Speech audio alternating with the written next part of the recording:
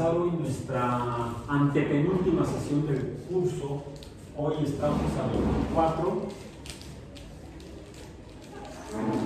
de marzo de 2026 en introducción, el curso de introducción a la astrobiología, como tema selecto de biología experimental 2. Y hemos llegado estamos ya desde las últimas sesiones revisando los principios biológicos,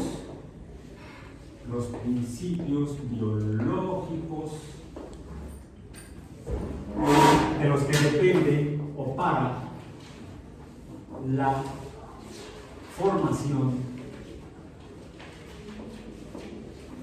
vamos a decir, abreviando espacio y tiempo, para la vida. ¿A qué me refiero? A la formación de seres vivos, a su permanencia y a su evolución, a su transformación con el paso del tiempo. Los principios biológicos para la vida. Sí, suena medio absurdo y redundante porque estamos hablando de vida con base en vida. Entendemos los principios biológicos como aquellos que definen como ciencia a los seres vivos. Y hemos mencionado que son nos basamos en la propuesta de Edward Wilson de aquellas cosas que existen en el universo, aquellos entes o entidades que presentan 6 características. Están compartimentalizados, están formados por compartimentos,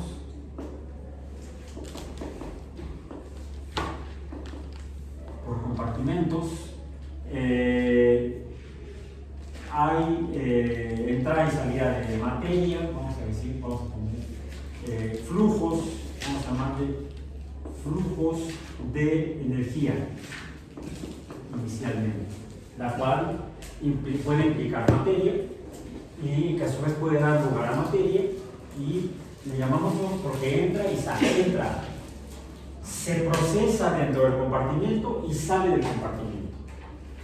Los compartimentos aquí en la Tierra, a los seres vivos les llamamos compartimentos células. De aquí surge entonces la teoría celular, TC. Los flujos de energía que permiten que esos compartimentos o células sean realmente cosas vivas. La siguiente es que esos flujos de energía no solamente entra energía y salga como si no pasara nada, sino que a su vez mencioné, esa energía presenta cambios, pero cambios organizados, ya sea que la energía se transforme en materia o en otras formas de energía, o la materia formada se transforma a su vez en energía o en otras formas de materia, de manera organizada, no a lo loco, y eso es lo que llamamos metabolismo. Y al estar organizado le llamamos homeostasis, porque permanece. De ahí que sea homeo u homo, de igual, homeostasis, que permite que se mantenga de manera más o menos constante. Le llamamos estado estacionario en biología, porque no es una estasis o no es un hecho o fenómeno estático, porque lo estático, como el equilibrio mecánico, implica inmovilidad, no cambio. Identidad o igualdad idéntica entre lo que hay de un lado con lo que hay del otro, sin que lo que hay de un lado y lo que hay del otro cambie. Y la homeostasis se caracteriza porque lo que hay cambia, se transforma, pero en ese sentido la transformación obedece a la termodinámica manteniendo las cantidades de energía y materia constantes, un tanto aparentemente violando la segunda ley de la termodinámica que define que todo lo que exista en el universo debe incrementar su desorden y disminuir su cantidad de energía, la cantidad de energía que hubiera en el compartimento, por ejemplo. Pero dado que estos compartimentos permiten la entrada y salida de materia y energía, son termodinámicamente sistemas abiertos, y debido a esa característica de que se trata de sistemas termodinámicos abiertos, es que al interior del organismo vivo compartimentalizado y cada uno de sus compartimentos, aparentemente la energía y la materia en sus cuantidades cuantificadas se mantienen constantes, no varían o no varían en un intervalo definido. Finalmente sí, como todo ser vivo, como lo sabemos, terminan obedeciendo la segunda ley de termodinámica. Le llamamos muerte. Todos vamos al mismo camino, al panteón de la entropía. Más bien, el panteón se llama entropía. Bienvenidos a entropía. Debería ser ahí en lugar de las cruces, no sé, allá en los camposantos. Entonces, la homeostasis. Este proceso de transformación de energía y materia en el compartimiento provoca que ese compartimiento hasta cierto punto incremente en su cantidad de materia y energía y entonces presentan lo que llamamos crecimiento, ¿verdad? Crecen hasta un límite y ese límite provoca que para que se mantenga la homeostasis y no poder crecer más, pues lo que hacen es que se dividen o multiplican.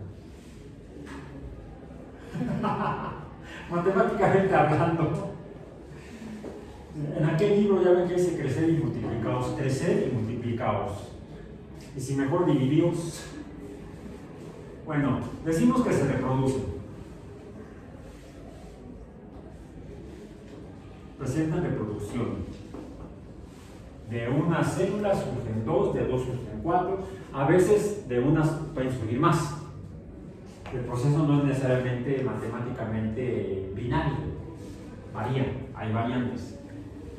Y la última y sexta característica es que son excitables, o le llamamos también como irritables. Bueno, a mí no me gusta irritar, de por sí se me irrita la panza, luego ando con gastritis. Ya sí, pongámosle irritables, porque luego malinterpretan lo de la excitación. Sí, aquí somos adultos, pero bueno, hay que guardar la compostura. Son irritables. Entendiendo la irritación como la respuesta de ese compartimiento o conjunto de compartimentos a acciones desde el exterior que pueden ser energéticas o materiales. Es decir, puede venir energía, pero no me conviene o no necesito o me puede dañar si entra, y entonces evito que entre. O si entra, de alguna manera la saco, o incluso la materia. ¿No? Llega alguna forma de materia a contacto con este compartimento y el compartimento, vamos a decir, impide o rechaza la incorporación, la entrada de esa materia al interior del compartimento. Ese sería como operaría la irritabilidad, o podemos incluso definir la irritabilidad. Llega algo exterior, entra en contacto y el ente reacciona contra ese estímulo y en lugar de incorporarlo lo rechaza. Bueno, si presenta esas características, la cosa está viva. Se trata de un organismo, un ser vivo. Bien, pero esto depende, dijimos, dado que es energía y materia, pues esto, vamos a ponerle energía, coma, como dualidad, materia, pues esto está en función o depende de las leyes de la física y de la química, los principios físicos y químicos que fueron los primeros que revisamos. Ahora, en términos astrobiológicos, pues esto debe ocurrir en astros. La fuente inicial de energía, la energía primaria, vamos a poner la energía primaria 1, sería la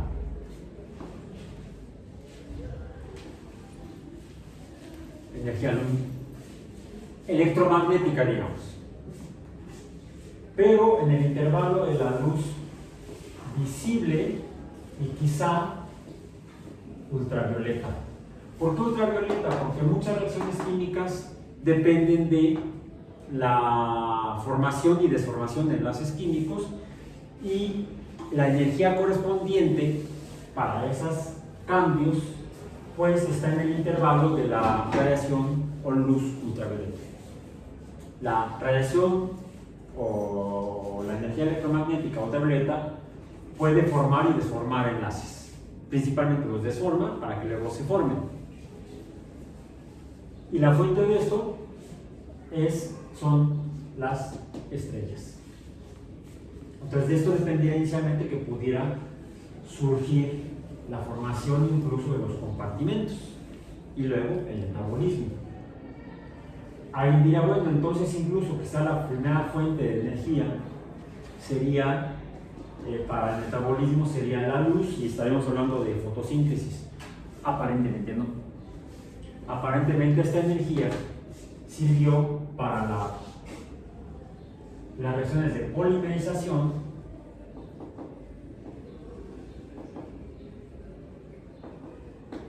que de esta dependería la formación de, vamos a ponerlo así, los primeros organismos que incluso podrían estar juntos simplemente porque viven pegados, siendo organismos individuales. Les llamaríamos colonias, ¿no? Viven juntos, pero no son organismos distintos, no son individuos en una colonia, en un tejido. Aquí sí son distintos, son individuos distintos en una colonia. Esto podría haber empezado con organismos sueltos, individuos, y luego para dar lugar a colonias. Hay también barrios, pueblitos, no. Colonias son conjuntos de individuos que viven juntos sin mayor relación, que quizá operen o ayuden en el manejo de la materia y energía. Pueden intercambiar materia y energía, pero podrían separarse y podrían seguir siendo vivos y formar nuevas colonias. Ahora, ¿estas cómo están hechas? Estos compartimentos los definimos como formados, en el caso de la vida en la Tierra, vamos a poner coma, vamos a poner así, mejor entre paréntesis, en la Tierra estarían formados por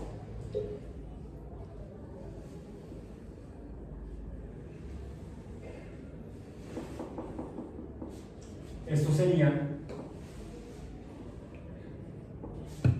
fosfolípidos. ¿Cuál es la ventaja de los fosfolípidos? Que permiten separar agua de agua, que dijimos que de esto depende, la presencia de agua depende la zona habitable en términos astronómicos.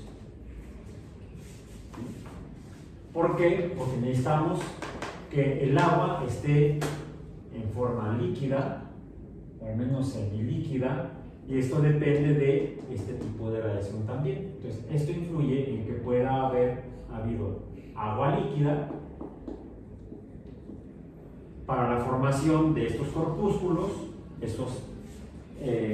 si fueran de lípidos, ya dijimos que le llamaríamos liposomas, cuerpos formados por lípidos, dentro de los cuales pudiera almacenarse agua, separando esta agua del medio en el cual estarían esos corpúsculos o compartimentos o liposomas.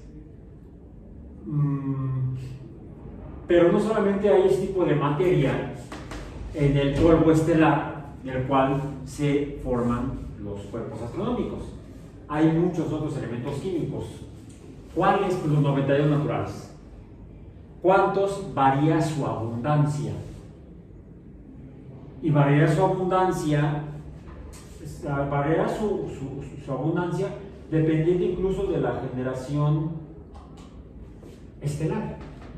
Porque conocemos que, hablando del universo, ¿sí? Este se originaría, de acuerdo a la hipótesis más fuertemente o ya teoría aceptada por la comunidad. Otra vez, a este le da por irse de lado. No, más bien ya está cansado.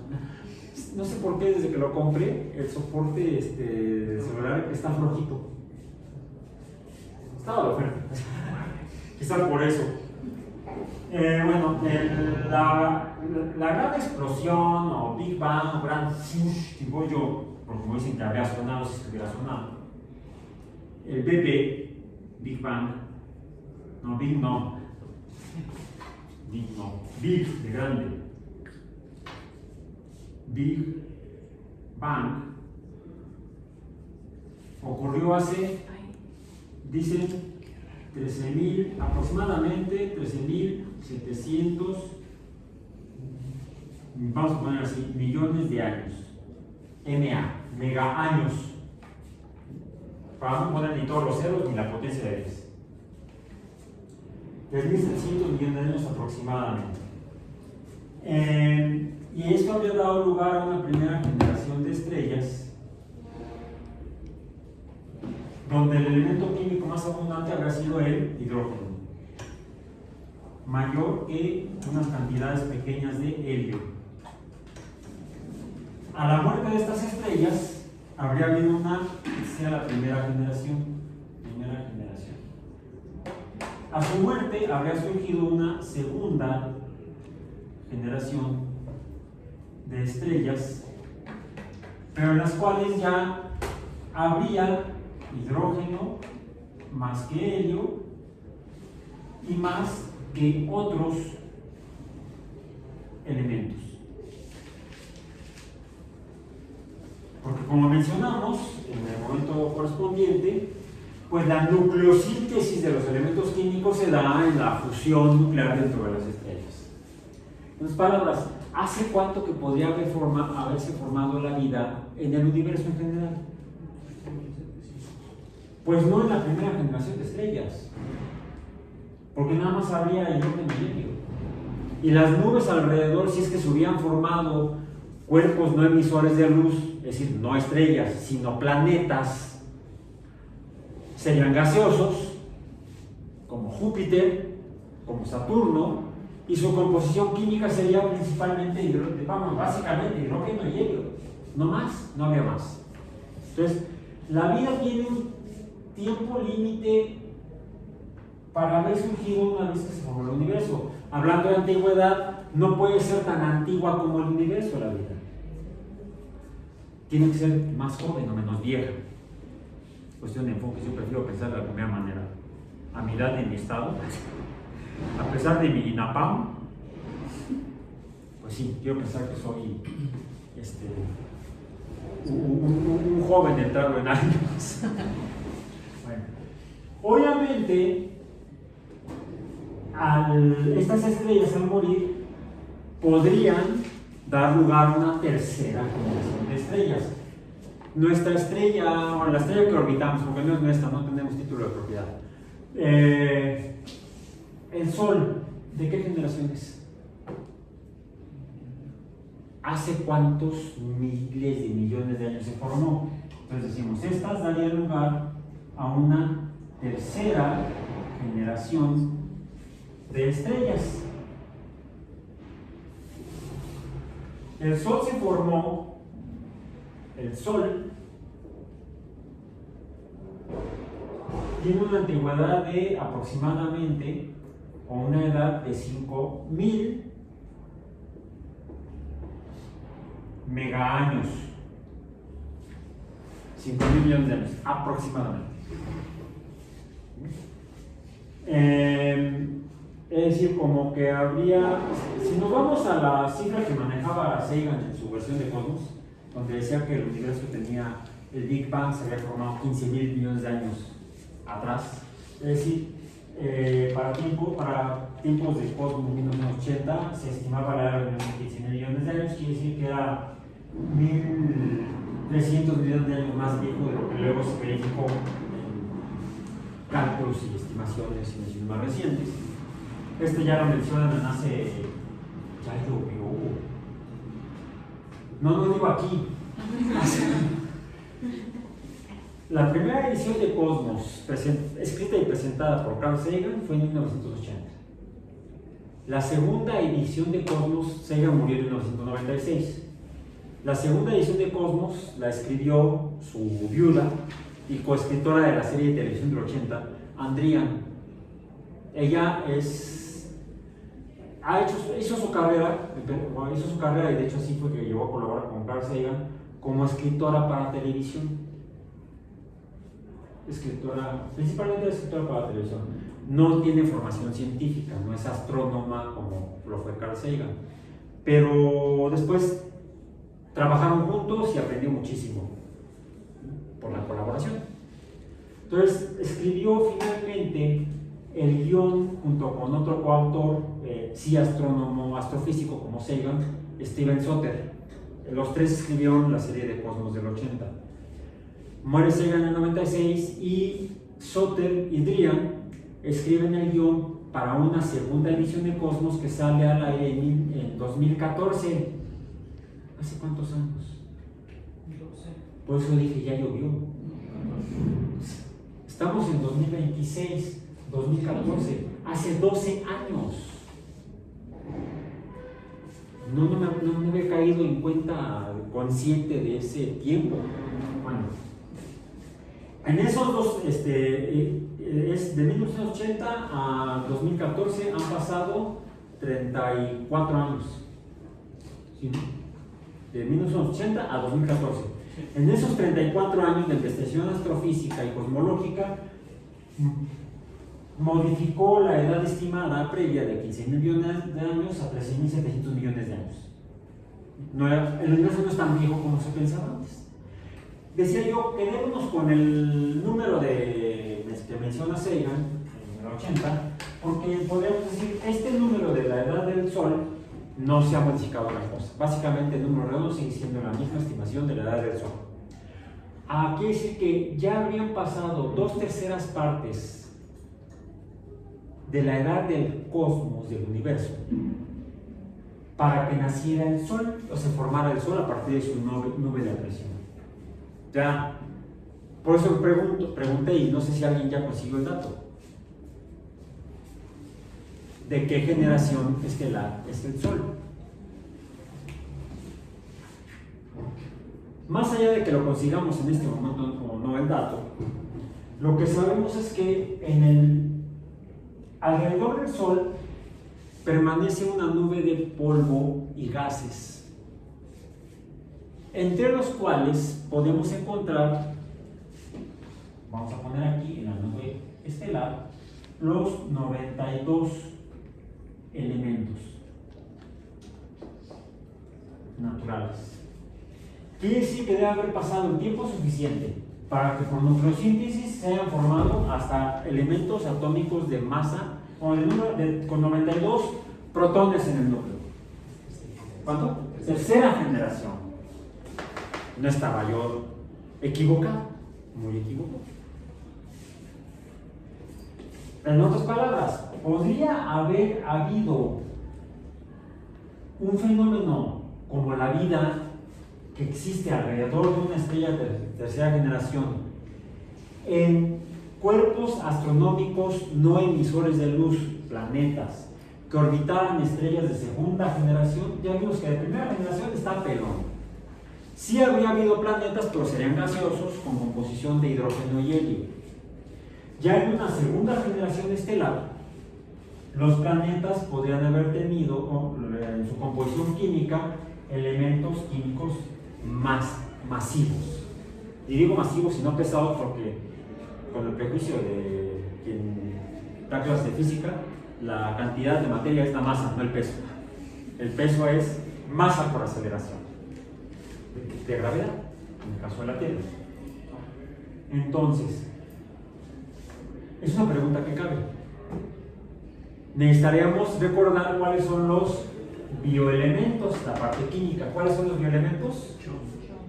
Los bioelementos, los chones, bioelementos, decimos que son los chones,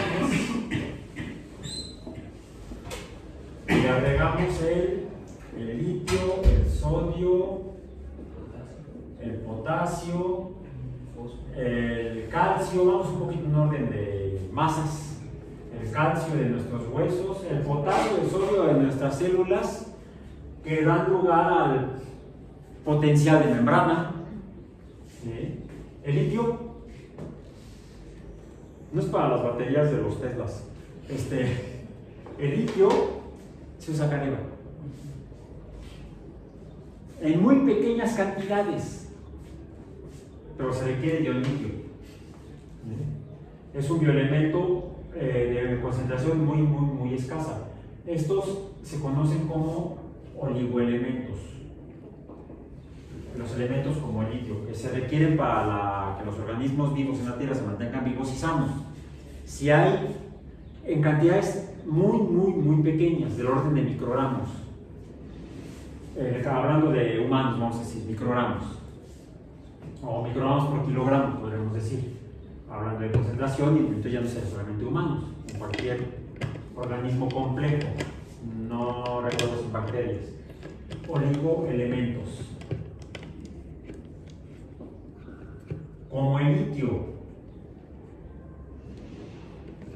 no como el sodio y el potasio. El sodio y el potasio son muy abundantes, tan abundantes que cuando quemamos un pedazo de madera o mucha madera, ¿qué se produce?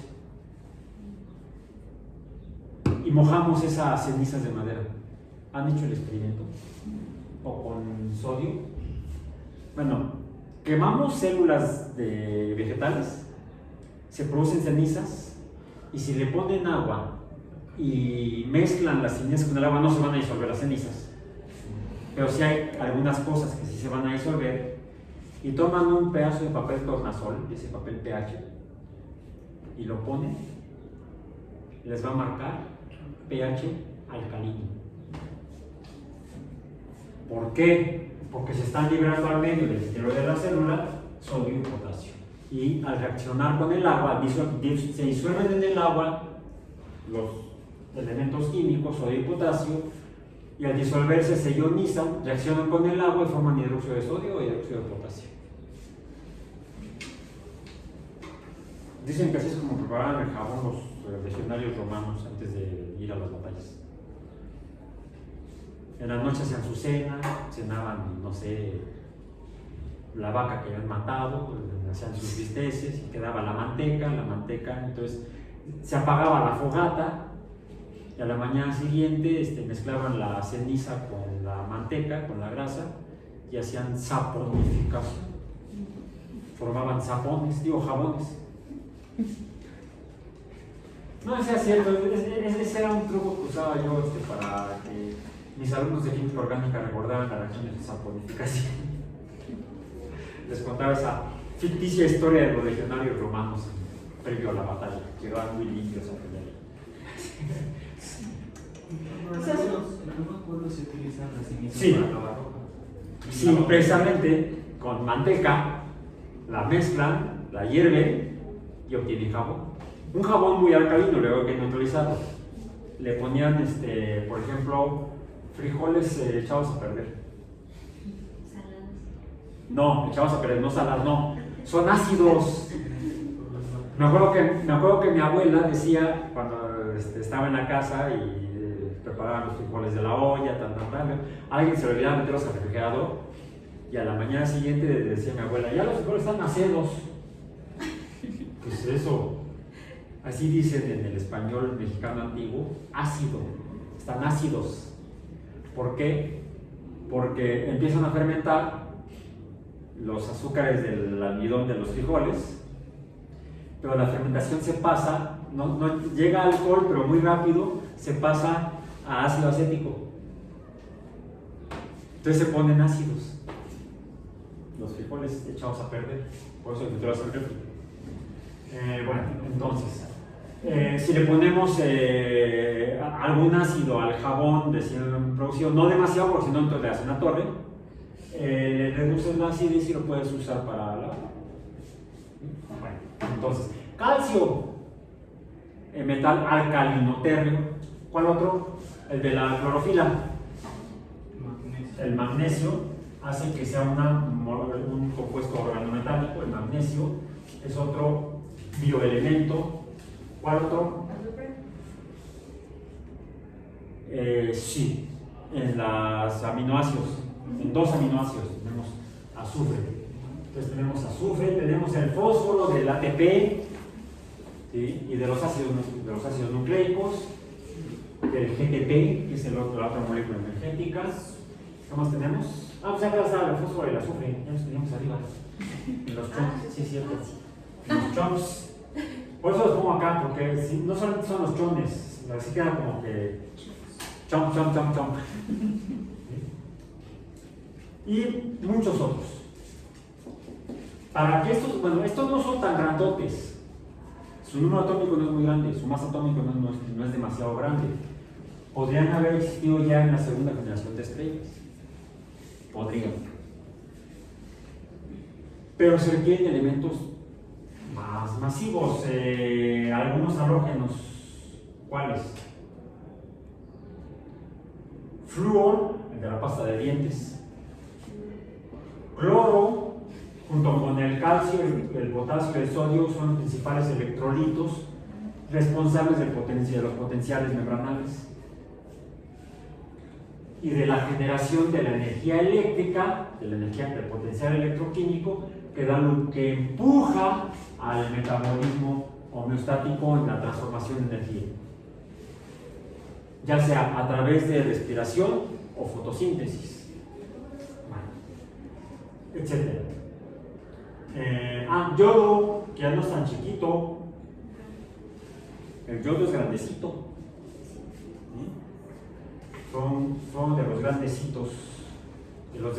hitos, en el universo para la formación de la vida. No porque ya fuera el universo grandecito, sí, ya tenía más de 8.000 millones de años de edad. Cuando se forma el sistema solar, y en el sistema solar se forma la Tierra. La Tierra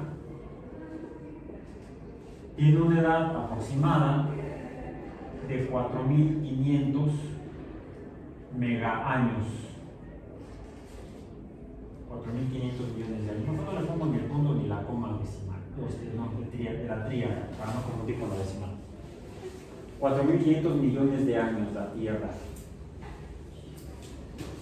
Junto con la Tierra, entonces, debe tener la misma edad el resto de los planetas.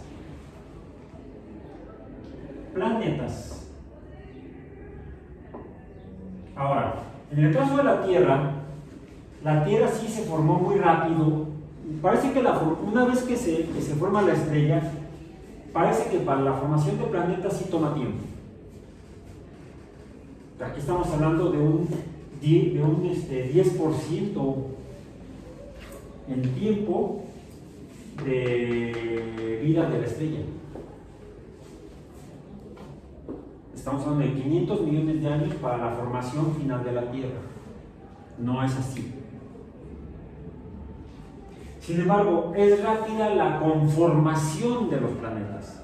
Una vez que se empieza a agrupar el material, a crecer, crece muy rápido y se forma en su masa final muy rápido.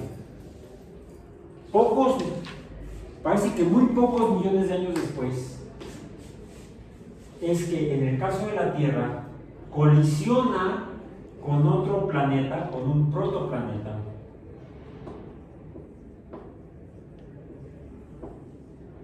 y da lugar a la Luna. La Luna es más joven que la Tierra, porque se formó por colisión. Colisiona un protoplaneta con la prototierra, o con la neotierra, podemos decir, la Tierra recién formada. Un protoplaneta con la neotierra colisiona, el protoplaneta se destruye prácticamente en su totalidad, y el material terrestre que es eyectado por la colisión, por la fractura del planeta rocoso, queda orbitando alrededor de la Tierra y forma una especie de nube muy rocosa y polvosa de acreción, donde la presión se da para la formación de la Luna. Ok, este es el origen de la Luna según las evidencias materiales que tenemos hoy en día, de diferentes fuentes, y todas apuntan hacia esa dirección. Tanto evidencias materiales, muestras lunares, como el hecho de que la Luna se está alejando de la Tierra, como la trayectoria de la órbita lunar, la forma, la elipticidad misma. Es curioso, pero algunos satélites de planetas grandes, sus órbitas son poco elípticas. Sobre todo los satélites que son más masivos. Alrededor de Júpiter y Saturno, sus órbitas son poco excéntricas. El que sale de este patrón es Marte. Los dos satélites de Marte, Phobos y Deimos, sus órbitas son extremadamente excéntricas, y a diferencia de lo que está ocurriendo con la Luna, donde la evidencia obtenida experimentalmente con los espejos o colocados en la superficie lunar por las misiones tripuladas norteamericanas de la NASA y las misiones robóticas de la Unión Soviética, han permitido medir año con año la distancia entre la Tierra y la Luna, y esta distancia entre la Tierra y la Luna ha ido aumentando a razón de aproximadamente de 2 a 3 centímetros al año. ¿Eso qué está sugiriendo? Pues que la Luna se está separando, quizá porque nació separándose. A diferencia de los dos satélites de Marte, cuyas órbitas aparentemente no son realmente elípticas, ¿no? Entonces, aparentemente son espirales. ¿Por qué espirales? Van espirales reduciéndose la distancia orbital. Parece que en un momento dado terminarán colisionando con la superficie de Marte. Primero uno, luego otro de los satélites. Además de que su forma es amorfa, no son esféricos como la Luna, y la hipótesis de la formación de los satélites de Marte, los satélites, en el caso de Marte,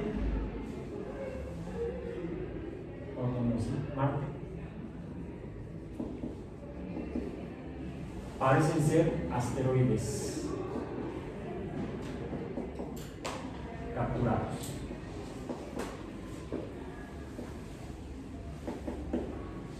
Por eso pongo entre comillas. La evidencia apunta a que son asteroides capturados. Es decir, su origen es diferente al origen de la Luna. La pregunta que estoy tratando de hacer es: ok, hemos estado revisando los principios físicos y químicos para la formación de vida basados en lo que sabemos de la Tierra. Y cierro aquí el paréntesis. Lo había ya, aquí cierro el paréntesis con lo de los ozones. En la vida, en la Tierra, son células conformadas de esta manera, con estos elementos, tan. Bueno. Y hemos entonces revisado la posibilidad de la formación de vida, cosas que tengan estas propiedades, por ejemplo en Marte, ya lo hablamos antes. De hecho fue la sesión pasada, hablamos de Marte. Especulamos sobre la posibilidad de la formación de vida en Marte. Terminamos revisando que la evidencia con la que se cuenta hoy en día sugiere que Marte hace 4.500 de años que se debería haber formado simultáneamente con la Tierra, pues habiendo agua en esa misma región de la nube de acreción alrededor del Sol, el Marte debe haber habido agua, y sí mencionamos que hay evidencia ya experimental, observacional, medida de que hay agua en la superficie de Marte, pero dada su rala atmósfera, su baja presión atmosférica, el agua o está sólida o está en forma de vapor porque sublima. Y cuando baja la temperatura, se deposita. Y está en ese ciclo de depositación, sublimación, debido a la baja presión atmosférica, y por lo cual no tiene la oportunidad el agua de presentarse en forma líquida. No hoy en día, pero hay evidencia actualmente verificada por imágenes y por análisis químicos hechos por los robots presentes y operando en la Luna, de que hay compuestos químicos en la superficie de Marte que se forman cuando hay agua líquida. En otras palabras, en la superficie de Marte, poco después de su formación, estando en la zona habitable del sistema solar, hubo agua líquida. Si hubo agua líquida, entonces debe haber tenido una presión atmosférica mayor a la que tiene actualmente. ¿Qué ocurre con la atmósfera de Marte? Eso no lo mencionamos ahorita. Pues, otro dato geológico sobre Marte es que no presenta campo magnético. A diferencia de Júpiter, por ejemplo, o la Tierra, que presentan un campo magnético muy importante. Por cierto, no sabemos cuál es el origen real del campo magnético de la Tierra, pero ahí está el campo magnético. ¿Cuál es su causa exacta? Hay diferentes hipótesis, cada una con diferentes evidencias a favor, pero ninguna domina todavía hasta la fecha. Y tienen décadas trabajando en ello los geofísicos y no se ponen de acuerdo. Yo soy biólogo, no me meto a discutir cosas que todavía no hay suficiente información y que yo no las puedo interpretar. La información existente, interpretar de manera razonablemente adecuada. Entonces, para no caer en pseudociencias y especulaciones al estilo Maussan, mejor lo dejamos de lado. Esa es la actitud que debe tomar cualquier persona que se dedica a la ciencia cuando le preguntan sobre algo y está en ese nivel de información, conocimiento, comprensión de la temática. La respuesta más honesta que debe dar es no sé. Es una palabra que a lo largo de los años escolares nos enseñan a temerle, esa frase, esas palabras. Casi nos obligan bajo pena de muerte a ¿tienes que contestar algo? Pues no sé si voy a contestar o no. Es penado casi. ¿Sí? Hay punición a responder, no sé. En ciencia es necesario. Ya mencionamos que ese artículo que le dio a un científico de la misión Viking, la respuesta que dio en 2 palabras equivalentes nadie sabe. No solamente el que escribió dijo yo no sé, sino que en ese momento nadie sabe y hoy en día nadie sabe si hay vida en Marte. Si le preguntaran a algún científico ¿hay agua en Marte? La respuesta puede darse en una palabra, con 2 letras, sí. A la pregunta ¿hay agua líquida en Marte? En 2 letras también una palabra, no. O puede decir no hay evidencia definitiva que sugiera que haya agua líquida en Marte en la superficie. Recientemente salieron algunos resultados que proponen la posibilidad de que exista agua bajo la corteza marciana. Habría presión cortical, no presión atmosférica. Y entonces, de acuerdo al diagrama de fases, sería factible que hubiera agua líquida. ¿Por qué se atrevieron a postular eso? Porque la evidencia geológica de lo que sería una especie de fósil geológico, fósil geofísico, que es la composición química de los compuestos que se encuentran en la superficie de Marte, además de los estratos que sugieren que hubo no solamente agua líquida, sino corrientes de agua líquida arrastrando material y acumulándolo y depositándolo en capas, al pasar el tiempo en miles de años, sugieren que hubo agua líquida en Marte porque se encuentra en la zona habitable del sistema solar.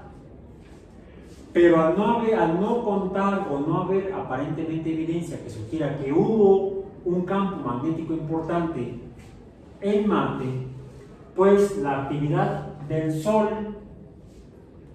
el viento solar y sobre todo las emisiones de masa coronal, que son las grandes eyecciones de materia solar, esa interactúa con la materia que orbita al Sol. Si se encuentran planetas, interactúa con la materia que conforma el planeta. Si es sólido, pues interactúa con la superficie sólida. Si hay atmósfera, interactúa con los gases de la atmósfera y puede afectarla. De hecho, puede hasta barrerla. La hipótesis, otra vez se volvió. La hipótesis que se plantea es que la Tierra se mueve. Tenemos un pequeño sismómetro o sismógrafo. ¿Sí? Si se mueve porque está temblando, en cuenta nos damos. Hay microsismos, no los sentimos en la Ciudad de México. Afortunadamente, si no, estaría corriendo todo el tiempo, como cuando van a perseguir el camión. Entonces, decía yo que la evidencia sugiere que si no hubo un campo magnético importante en Marte, las emisiones de masa coronal del Sol pudieron haber variado con la atmósfera de Marte. En cambio, en el caso de la Tierra, las emisiones de viento solar y de masa coronal interactúan con las partículas cargadas que están sujetas alrededor de la Tierra, formando los cinturones de Van Allen, debido a la presencia del campo magnético. Si no hubiera campo magnético, no habría cinturones de Van Allen, y si no hubiera cinturones de Van Allen junto con el campo magnético, no habría nada que se interpusiera entre el viento solar y la superficie de la Tierra, entre las emisiones de masa coronal y la superficie de la Tierra. De hecho, entre el viento solar y las masas de emisiones de materia coronal del Sol y la atmósfera de la Tierra. Entonces, el campo magnético y los cinturones de Van Allen ayudan a que la Tierra continúe con la atmósfera después de 4.500 millones de años y de una colisión con un protoplaneta de la masa equivalente a la de Marte. Desde ese tamaño era más o menos el protoplaneta que se sugiere, con base en las evidencias y los modelos, que colisionó hace menos de 4.500 de años con la Tierra para formar la Luna. Bueno. Entonces, ¿en Marte hubo agua? Sí. ¿Por qué hubo atmósfera más densa que la actual? Sí. ¿Qué pasó con la atmósfera? Se la debe haber llevado el viento, como las palabras. Por eso es que grabamos nuestro video de la clase para que no se las lleve el viento, queden grabadas, las subo luego a YouTube. Bueno.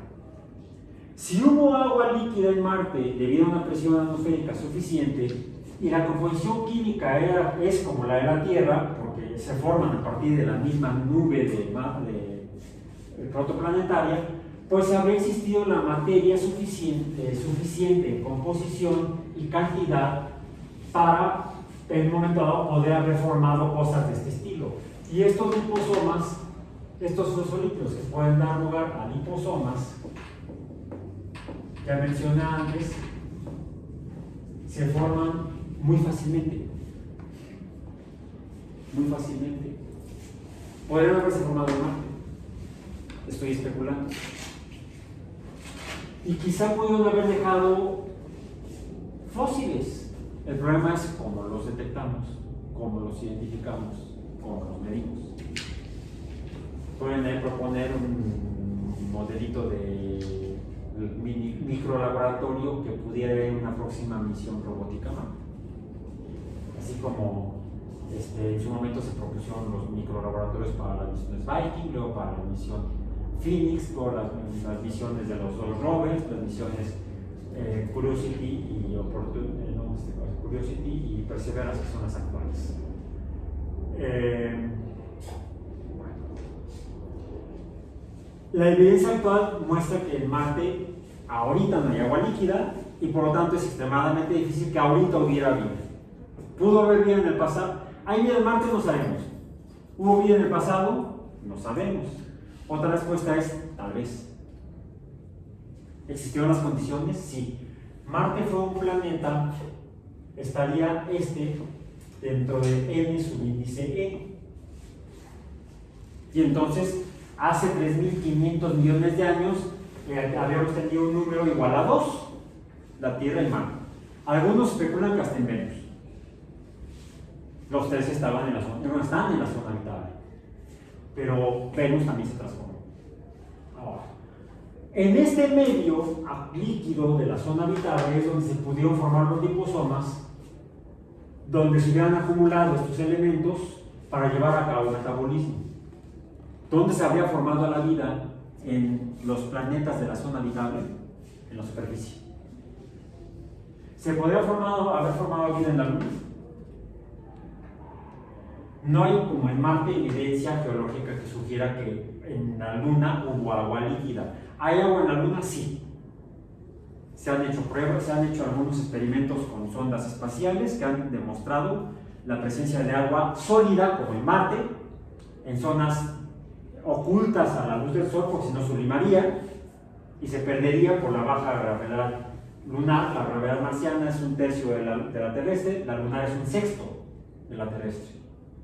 Entonces, los gases, con el simple movimiento de su energía de movimiento o energía cinética, alcanzan la velocidad de escape.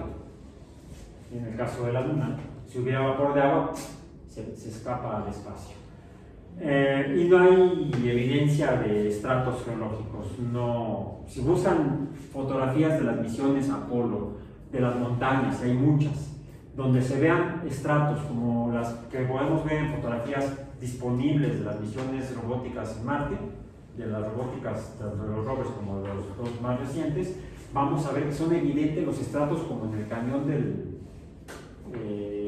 bueno, muchos hablan del cañón del Colorado, en la barranca del Cobre, que es también un cañón más grande que el cañón del Colorado, la barranca del Cobre en Chihuahua, o el cañón del Sumidero. El problema del cañón del Sumidero en Chiapas es que está cubierto por vegetación, porque está en plena zona tropical. Pero cuando uno viaja y encuentra otros cañones como hay un cañón muy importante, es que casi no pasamos por ahí cuando vamos a Acapulco. Pero si se van por la carretera vieja, pasa uno por una zona, por un cañón enorme donde se ven preciosos los estratos a los lados de la caña, a los lados del río. Los cañones se forman por el flujo de agua en cauces de ríos.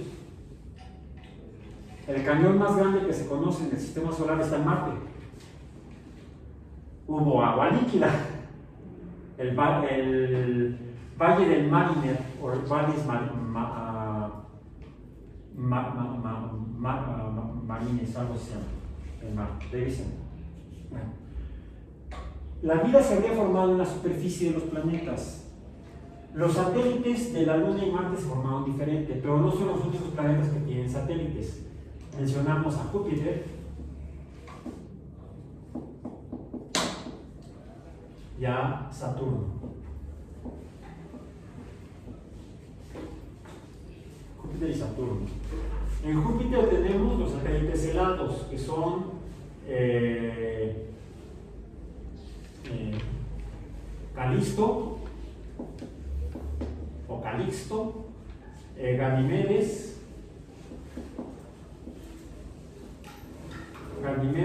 Europa e Io. No solamente porque son los galileanos, que descubrió Galileo, sino porque estos 4 son esféricos como la Luna. Júpiter tiene un montón de satélites y muchos son como los de Marte, asteroides capturados, son amorfos. Ahora, Calisto, Ganimedes, Europa e Io son esféricos. ¿Cómo se formaron? No, ¿cómo se formaron? La Luna se formó por colisión. Marte tiene satélites, se convirtieron en satélites porque fueron capturados gravitacionalmente por Marte. En Júpiter, algunos satélites, porque Júpiter es el siguiente planeta que se encuentra después del cinturón de asteroides. De hecho, están entre Marte y Júpiter, está el cinturón de asteroides. Antes del cinturón de asteroides está Marte, y después del cinturón de asteroides está Júpiter. Entonces, tanto Marte como Júpiter pueden haber capturado asteroides y convertirlos en sus satélites. Pero Calisto, Ganimedes, Europa e Io son muy grandes. Se habrán formado como la Luna por colisión con Júpiter. Ahí el problema es colisión con quién o con qué. Porque Júpiter es gaseoso. Estos dos son gaseosos. Y no hay evidencia, y hace como van a ser 30 años, pudimos observar una colisión de fragmentos de un cometa con Júpiter. Fragmentos del cometa Shoemaker-Levy, googleelo después. No recuerdo en qué año, de finales de los 90, se proyectaron, el cometa se había fracturado en varios segmentos y todos seguían como el trenecito la misma órbita alrededor del Sol. Bueno, llegó un momento en que la órbita los llevó a cruzar la trayectoria de la órbita de Júpiter, justo en el momento en que Júpiter estaba estaría en ese momento, en ese punto en su órbita, estarían los fragmentos del cometa en el mismo tiempo y espacio, colisionando. Se pudieron observar mediante telescopios, incluso el Hubble fue apuntado, ya estaba en órbita, el Hubble fue apuntado para poder observar la colisión de fragmentos sólidos de cometa, que son principalmente hielo, de agua, de metano, de amoníaco y otros compuestos de pequeño peso molecular, pero son grandes rocas sólidas, colisionaron con Júpiter. Si se ve que deformaron la superficie gaseosa, la superficie gaseosa de Júpiter, como que hicieron hoyos en las nubes e incluso emitieron energía. Colisión de grandes fragmentos de roca sólida con masas gaseosas, pero no se ve eyección de ningún material sólido. En otras palabras, al menos ese ejemplo de observación no sugiere que a partir de una colisión de algo como un protoplaneta con un planeta gaseoso produzca material sólido que pueda formar posteriormente un satélite. Ahora, en el cinturón de asteroides, también existe un asteroide muy masivo que es esférico.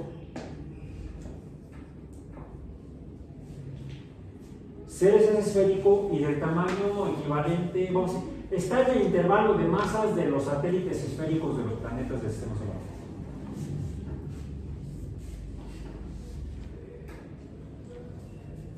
Y además se ha encontrado agua en Ceres. Se envió una misión robótica que estuvo orbitando Ceres varios años, tomó imágenes, hizo análisis espectrales, se conoce la composición química superficial de Ceres y es muy interesante y es esférico y está en el cinturón de asteroides.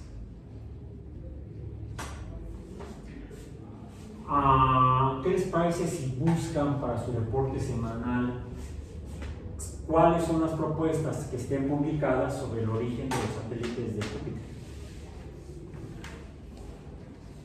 Hay un problema para pensar que, bueno, es que eso fueron capturados y Ceres no fue capturado por Júpiter. Y estos están más lejos del Sol, más cerca de Júpiter, y Júpiter los capturó. Porque tenemos los satélites de Saturno que en características, decimos, estos tres son helados, ¿verdad?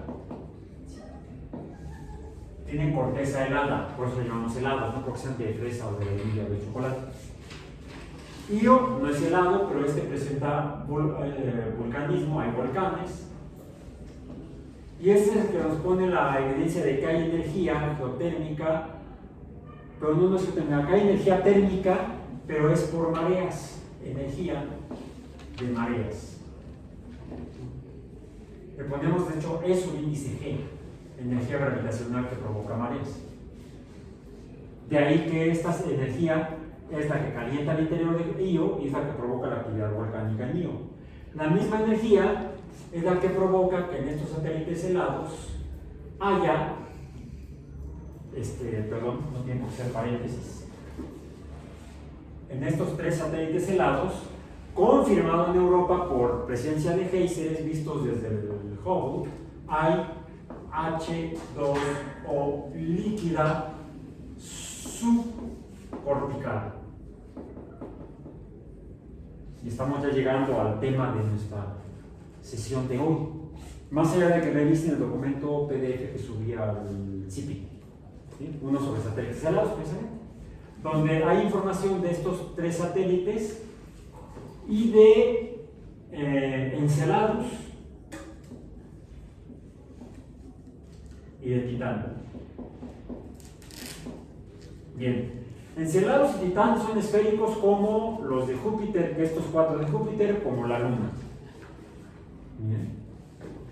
Enceladus presenta, también es un satélite junto con Dione, voy a ponerlo aquí, con Dione, son también helados. Y de hecho el primero en el que se encontró agua subcortical fue en Enceladus, fue en Enceladus, sí, en Enceladus, se encontró también agua líquida subcortical, le pongo SC. ¿Bien? Agua subcortical. En Titán no hay agua, o no hay evidencia importante de agua importante. Principalmente son hidrocarburos.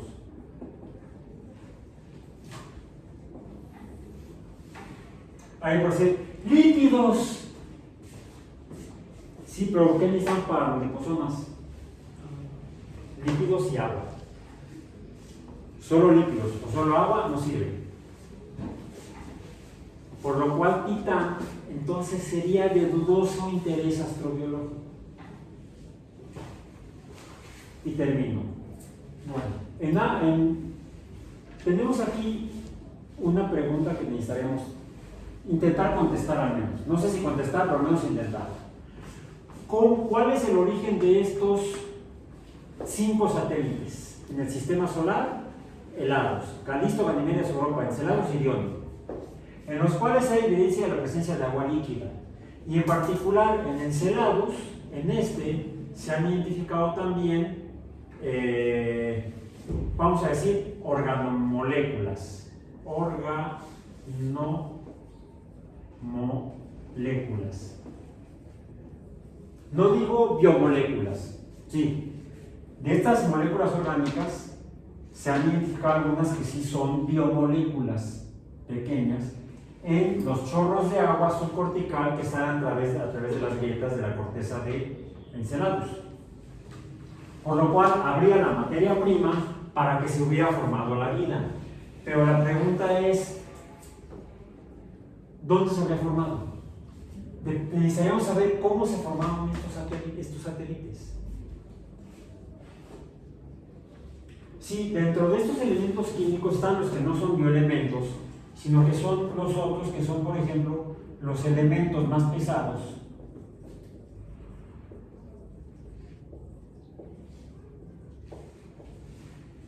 Que, por ejemplo, estos son los responsables, en el caso de la Tierra, de la actividad de la geotermia. Calor, energía térmica que podría catalizar o empujar reacciones químicas. Bien. Pero es la energía térmica proveniente del interior la que pudiera dar lugar a las reacciones químicas que dieron lugar a la formación de seres vivos en la superficie de la Tierra. La vida en la Tierra se formó en la superficie, en agua superficial, y de ahí migró horizontal y verticalmente en la superficie de la Tierra, en cuerpos sólidos y en cuerpos líquidos, inicialmente de manera principal en los cuerpos de agua líquida y en los cuerpos masivos de agua líquida. Dicen que en los mares o en los océanos. No se formó en los océanos, se formó en pequeñas charcas superficiales, pero de ahí migró hasta las pozas hidrotermales. No se formó en las pozas hidrotermales.